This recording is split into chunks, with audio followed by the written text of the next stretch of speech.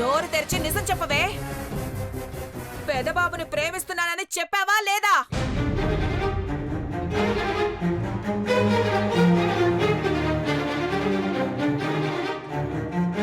చెప్పిందని నేను చెప్తున్నా. దీన్ని పట్టుకొచ్చి అరచేతిలో ఉన్న గోరింటాకు చూపిస్తున్నా. ఇంకా మీరు నమ్మరా? ఇది దేవాతో గోరింటాకు పెట్టించుకుంటా చూడమని నాతో పందెం కూడా కాసింది.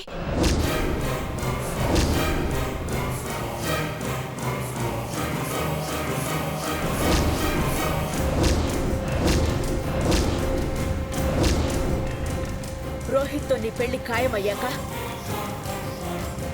పెదబాబు విషయంలో నువ్వెప్పుడు తల దూర్చకు అని చెప్పాక నువ్వింకా పిచ్చి పిచ్చి వేషాలు వేస్తున్నావంటే నీ ఉద్దేశం ఏంటి పార్వతి?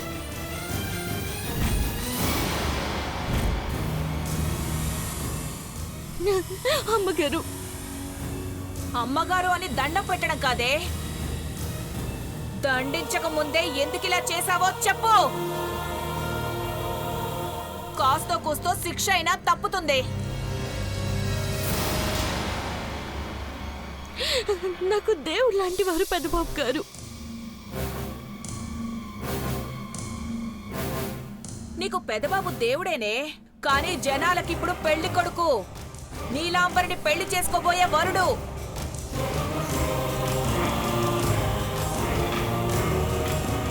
గట్టమనేని ఇంటి వారసుడు, పేరు ప్రతిష్టలున్న పెదబాబుని ప్రేమిస్తున్నానని 2 రోజుల్లో పెళ్లి చేసుకోబోతున్న వాళ్ళని డిస్టర్బ్ చేశావంటే నువ్వు ఎంతకు తెగించావో అర్థమవుతోంది.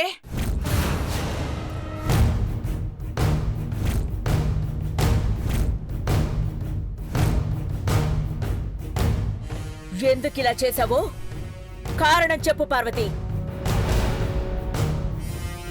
మనస్సులో దురుద్దేశం ఉంది అని తెలిస్తే నీ పెళ్లి జరగదు.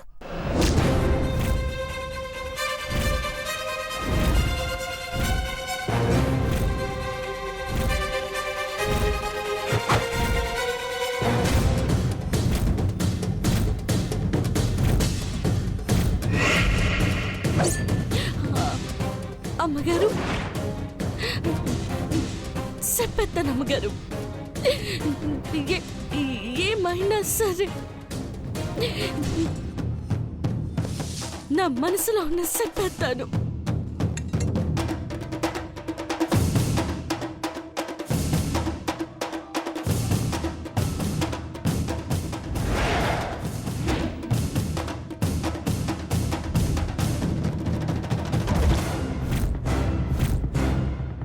అది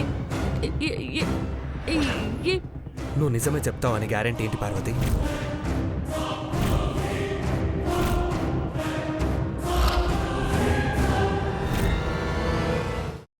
అమ్మా, అలాంటి వాళ్ళది నిజమైన ప్రేమ కాదు, అది వ్యామోహం.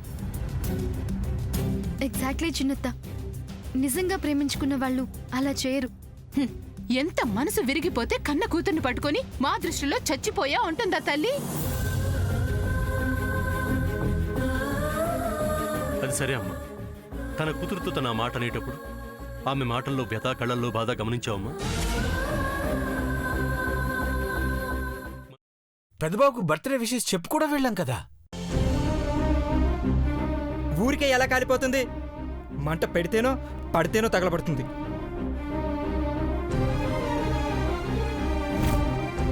కరెక్ట్ చిన్నబాబు, నీకొచ్చినట్టే నాకు డౌట్ వచ్చింది.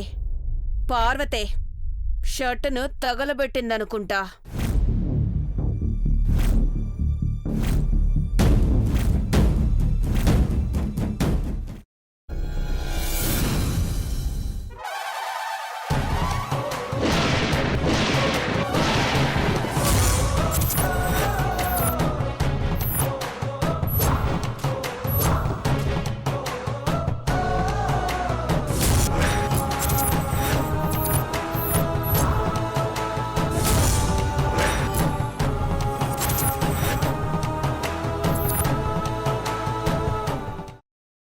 తర్వాత పొట్టు తీసేసి చాప్ చేసి పక్కన పెట్టుకోవాలి.